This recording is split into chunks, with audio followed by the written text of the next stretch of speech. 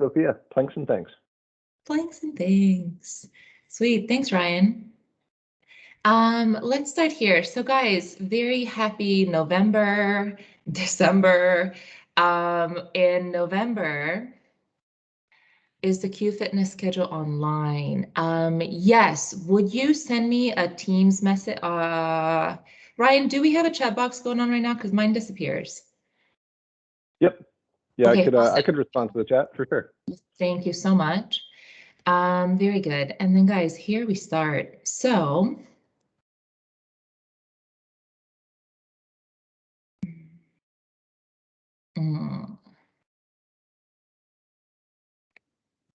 can you guys see my screen right now or no? Yes. Very good. Why can I share? Here we go. Oh, there we go, because I'm silly. There we go. Planks and things. So in November, we started running a Planksgiving challenge for you guys. I have quite a few people that participated. And guys, the times that you're sending me on what we're looking at, some very, very big improvements. I am super excited to share that. I'm not going to do it today because I'm still waiting on just a few last people to share their very final time. But guys, we're looking at like over 2 minutes of improvement starting from day 1 to the last day, and that's huge. So what we have done for those of you that did not do the challenge, it's still up on our YouTube chat on our YouTube channel, and you're more than welcome to start. It could be Thanksgiving too. If you know that you're going to be falling out of your routine that you have going on, doing a Planksgiving or a planks challenge where maybe that's literally the only exercise that you get to do for a day, which most of them doesn't last for day 1 is 30 seconds to however long you can go. It doesn't take much. But seeing these numbers shows how much it can really affect your core. And so today we're going to talk about why this is really important. And for even those of you guys that may not think about, I want to do a plank, this might change your mind a bit. So it has been called in the fitness industry the perfect core exercise, and the things that says it helps with, it changes your attitude also. It changes your mindset, and so we're going to talk about how that happens in a plank. It also is a very minimalist exercise, meaning you can be as beginner as it's ever going to get and start with absolutely nothing but your floor, right? All you need is you. It is very old fashioned. Plank's been around for a really long time. This is by any means not new. We're not reinventing the wheel, but it is incredibly effective. As we can see with 2 minutes in a month is pretty dang good. Sprinters don't even show those numbers, right? I mean, maybe some. So what today we'll cover is the importance of core strength, why planks are a really useful core exercise, and how to perform a classic plank and how to do it correctly, right? Because that's really important. I've seen all kinds. I'm sure you have too. And so we'll talk about how to correctly do that and why. Cool. So let's start here. Basics 101 of where is your core? And your core is definitely not only your 8-pack. 8-packs are nice, guys, but it's all around. It's 360. And if you are sitting, I don't know if you can see me. Can you guys see me on your screen in the bottom corner? From your belly button, yep, all the way around to the spine. Can you guys do that with your hands? Bring them and then feel them. Feel the muscles that run up and down along your spine. Then feel your side body, you feel your ribs, and then there's those obliques right there. And then if you move a little more forward, there's actually muscles inside your rib cage. So if you can dig in there, I feel it like right in between the ripples. There's muscles underneath your rib cage. It's your diaphragm and it's your breathing muscle. And then all the little guys, if you start walking it down, there's layers to that. Some go like this, some go like this, some go like this.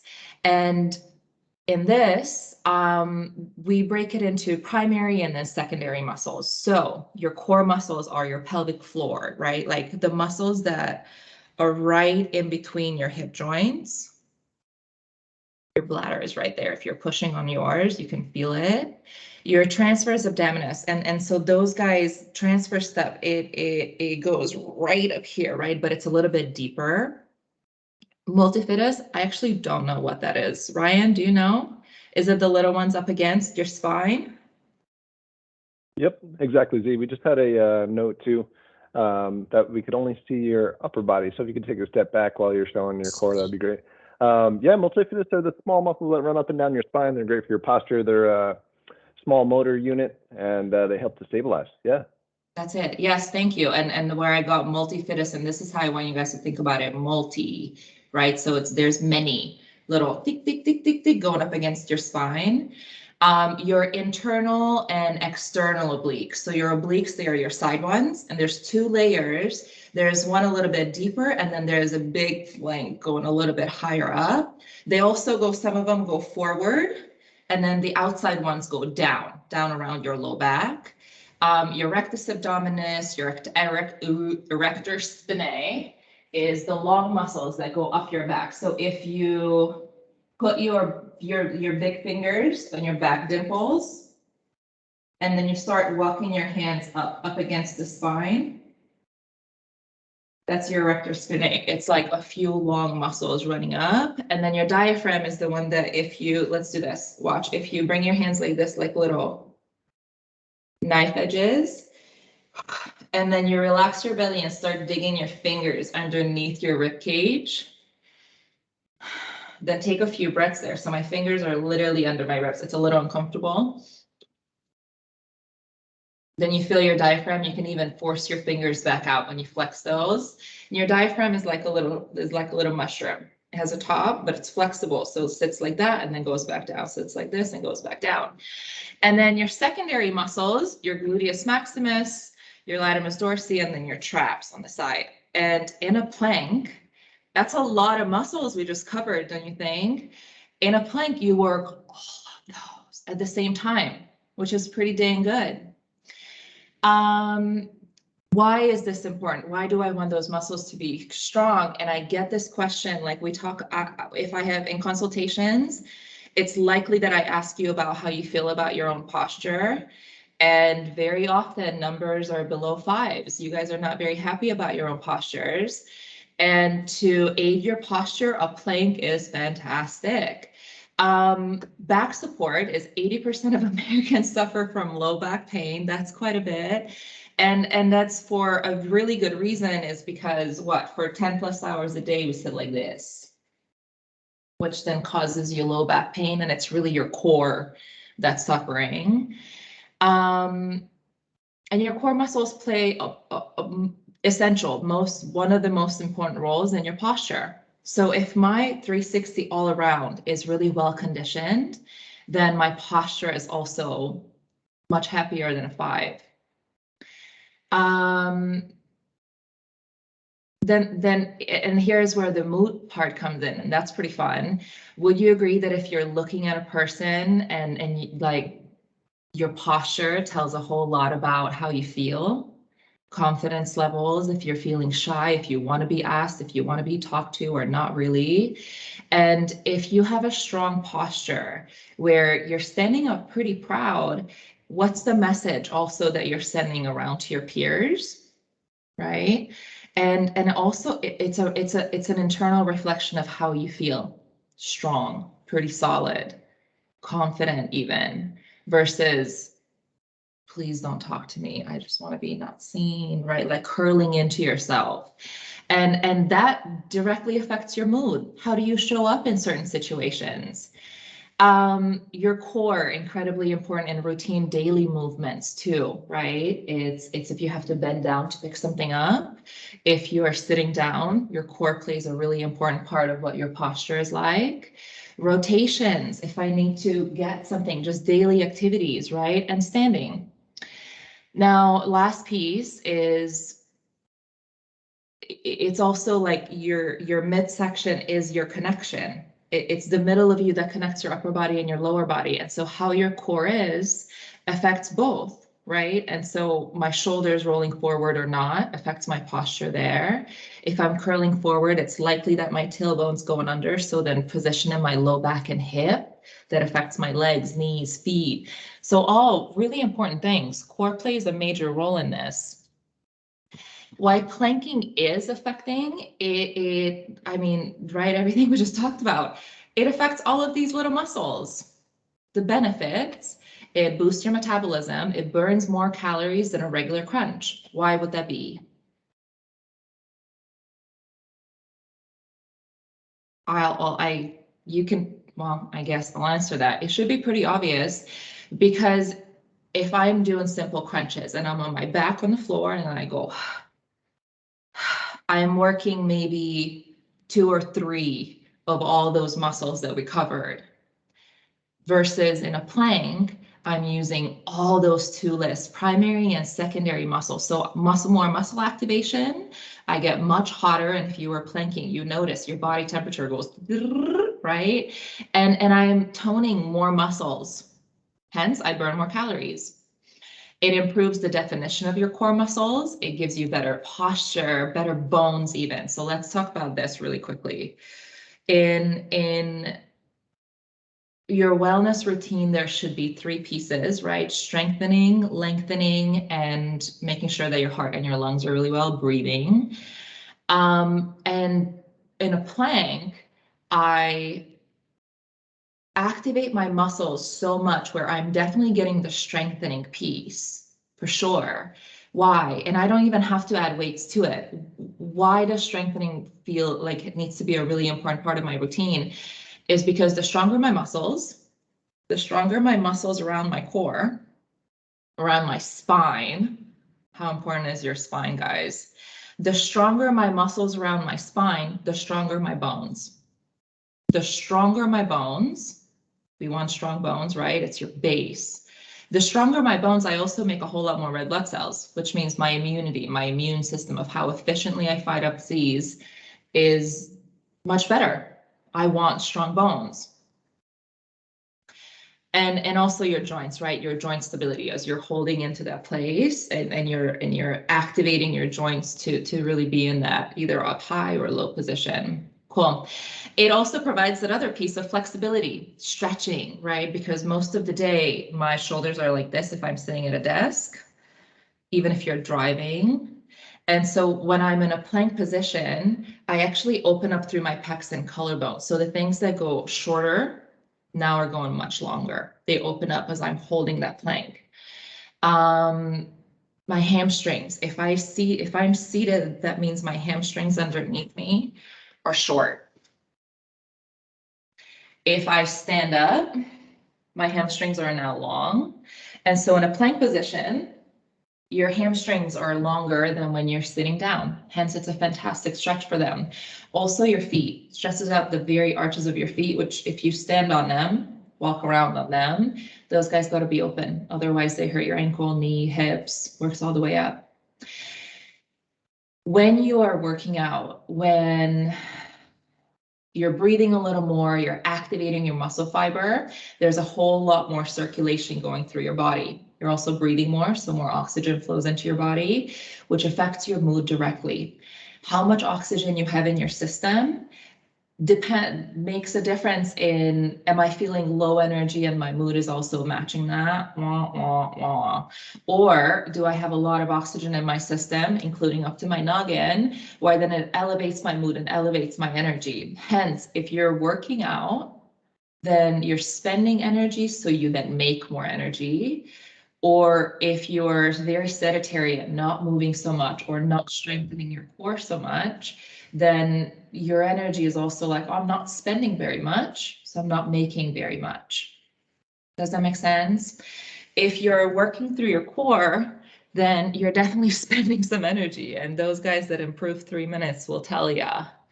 So what I want to finish with is to walk you guys through a perfect plank. And I wanna give you verbal cues of how do you hold this. So I'm gonna get rid of this. I'm gonna stop sharing, and then I will show you what mine looks like, but I would love for you to show me what yours look like. So if there's any way that you will get in a plank with me and actually put your camera on, that would be awesome. But Ryan and I are gonna do it. Ryan, are you here with me still? Yep, right here. I'll put on my video. Cool, thanks. Oh. Sweet.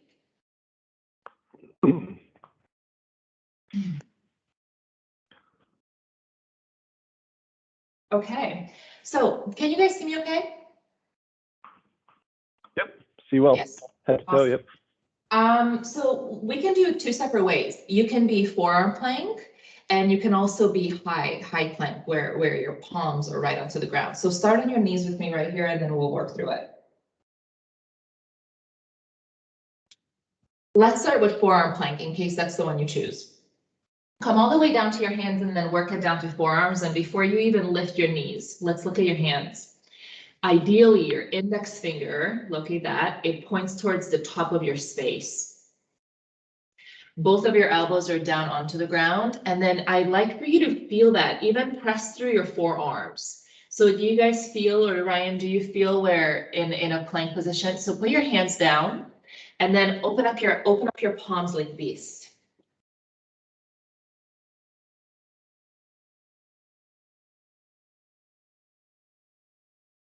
Yes. And then do you guys feel how naturally there's a little space right underneath your wrists? What we want to activate, because those little guys we need too, can you press your wrist, your forearms a little closer down to the ground? And do you feel that difference it just made in your shoulder when you did that? Activated that a little bit more. Now belly button, and you can even then, oh, and Ryan's knees are already up. So let's get it. Lift your knees. And instead of really pushing into elbows, now shift back a bit and keep pushing your wrists down. Let's think about your core, belly button up and in. Do you feel as your lats are activating behind you? Think about every little muscle that we talked about, the little ones that run right up against your spine. Now the ones that turn inward down through your pelvis. The ones that go outward down around your low back dimples. You feel all those? And then tailbone goes just one straight line. Imagine you're one line from the crown of your head down through your heels. You're ideally on tiptoes. Do you even feel your calf muscles, everything, quads? Squeeze them. It's a full body experience that turns on your core so good. You can come down to knees. So that's forearm plank. Versus flip to your bum. You can put your hands behind your noggin and then do a few crunches. Do you feel how that's so much easier than a plank? Right? And this is why you're activating, you can stop, you're activating the top part of your abs, right? And it's ideal that you're holding onto your noggin, but not crunching it in so you're not straining your neck. But it's a whole lot less than performing a plank. Go back to your hands. Cool, so start on knees, team. Hands wide and open. And then before you even lift your knees, I'd like for you to figure out your hands. And here's the deal. Hands are really nice and open because the bigger the base, the more support. Instead of little cups where that puts a lot of pressure into the back of your wrist. Not very happy. Versus very big and open where I can press through all these guys, a whole lot more power. I'm activating little muscles in my hands. And then here's one more trick. If you have wrist sensitivity, your index finger, a lot of times we go like this. Can you guys see my hands pretty good? Which if that was the top of my mat, it's my middle finger that's going up. It's really, there's a natural rotation in your wrist joint. So index fingers go tick, tick, tick, tick, tick. Index fingers go into the top of my mat. Everything else micro rotated out and then right under my shoulders. That gives me a lot more power to push through my hands. Yes, it's also the same thing for handstands. Cool, so once you find that, take a deep breath in and then send your legs back, lift your knees, find one high plank. Cool.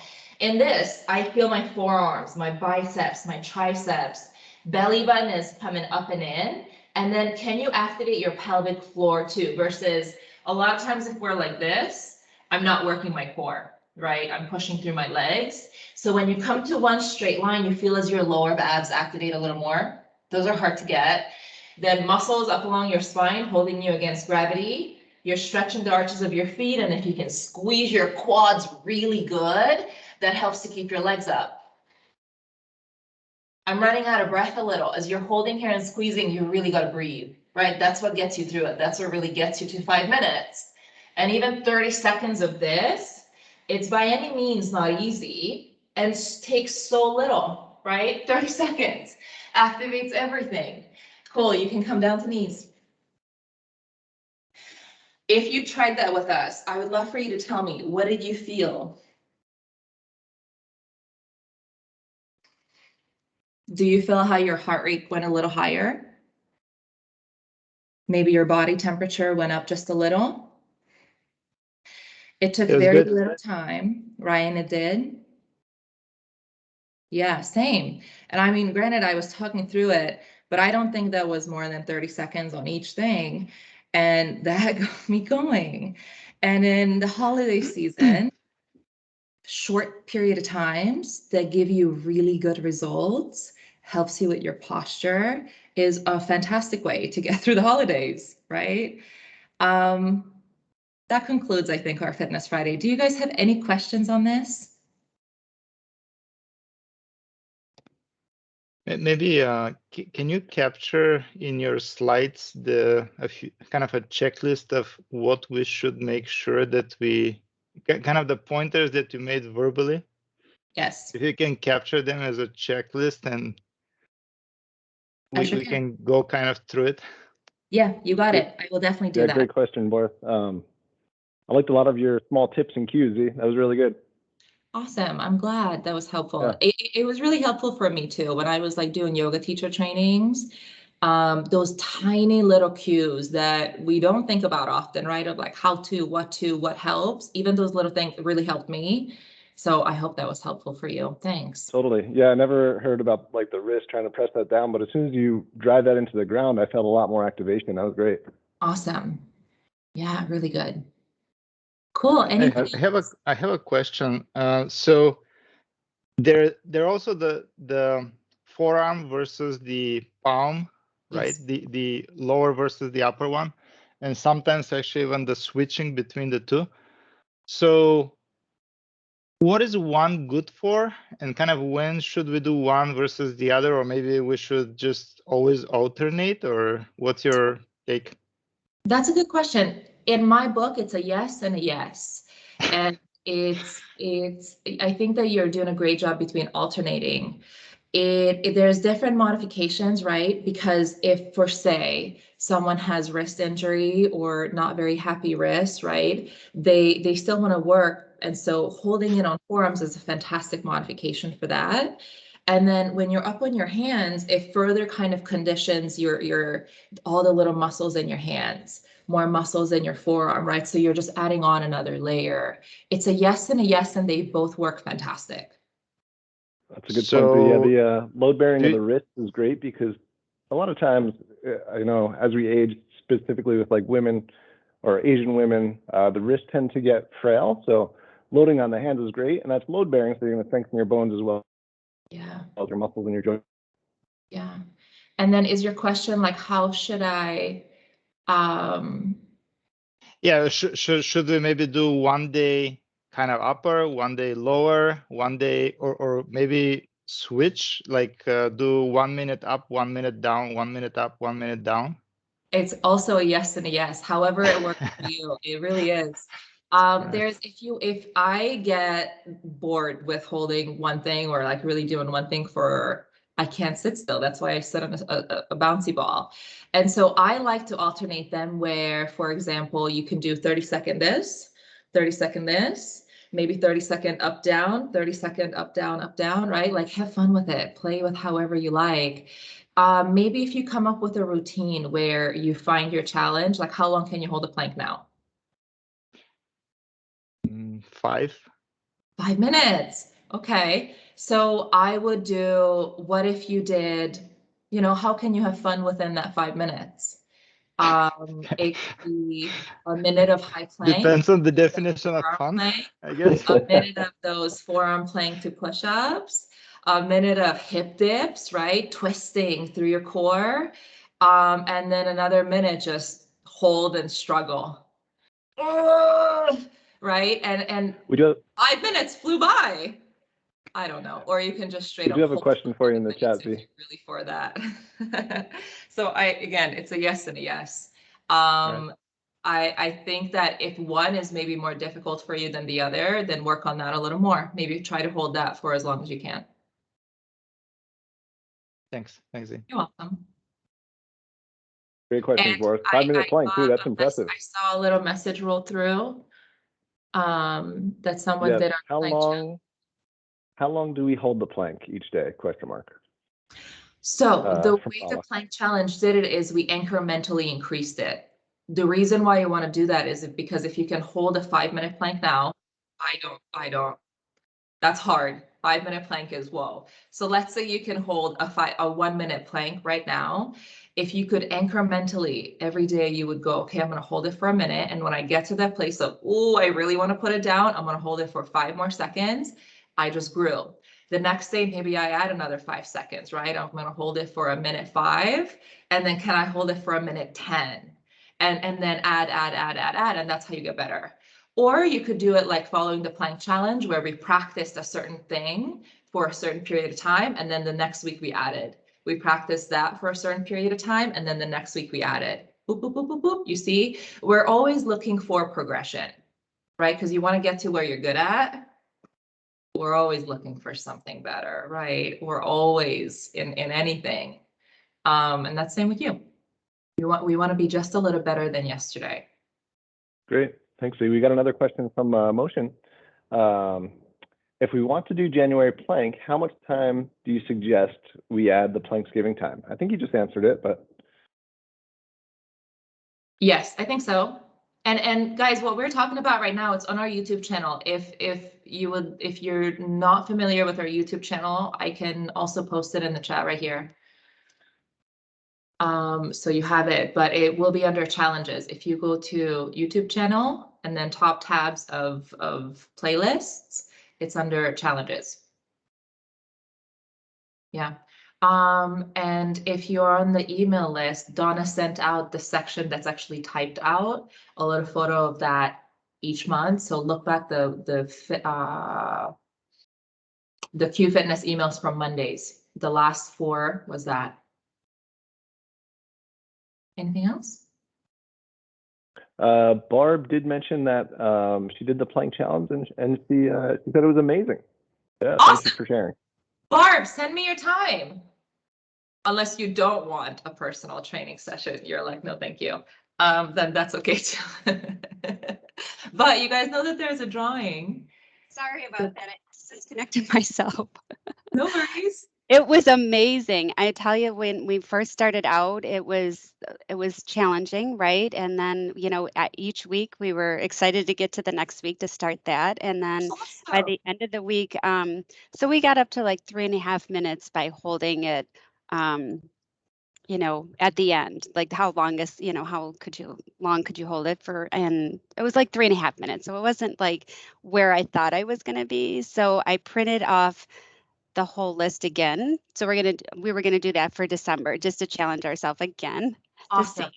But I didn't know if you had another one that you were gonna. What was your starting time? The starting time for. Like your very first plank, day 1. What was that? Oh God, 30 seconds. Like, I mean, at the end of the 30 seconds, it was just like, oh, thank God that one's over with, you know. And then 2 whole minutes too. Yeah. So, but Awesome. the question I never asked was like, how long in between the breaks before you start the next? Like, as short as it can be. So is it as short as it can be? So like, you know, you do the 1-minute plank and then do you wait like 30 seconds to start the next, you know, hip As dips short as it can be. If you can do 5 seconds and right back up, great. Okay. Right. So if you need 30 seconds before you can go back up, then take the 30 seconds, but see if you can also shave that down. Oh, good. Okay. That's going to be December then. Yeah. Awesome. Thank you so much. You're so welcome. Thanks for telling me. Yes. Very good. Awesome, guys. Well, have a very, very happy rest of your Friday. Thank you for joining us. Thanks for participating and listening to me ramble. I hope that was a little helpful. We'll see you next time. Ryan, anything else? Nice job, Coach Zsofia. Yeah, thanks for your feedback. Separate question. Did you used to teach, or do you teach at Hatha Yoga? I used no longer, but I did teach Hatha for a while. Yes. That was you. That's how I got my first job for Sony and then to Qualcomm. Yes. Yay. Okay, good. Thank you. You're welcome. Thanks. This is awesome. And thank you, Z. My This was pleasure. good. Thank you. You're welcome. Thanks. Great Bye, time. everyone. Thanks. If anyone has any trouble scheduling their smart starts, just feel free to send us a direct message. We'd be happy to schedule with you directly. And you'll still get the fitness coaching incentive. Nice job, Z. Have a great day, guys. I'm logging off.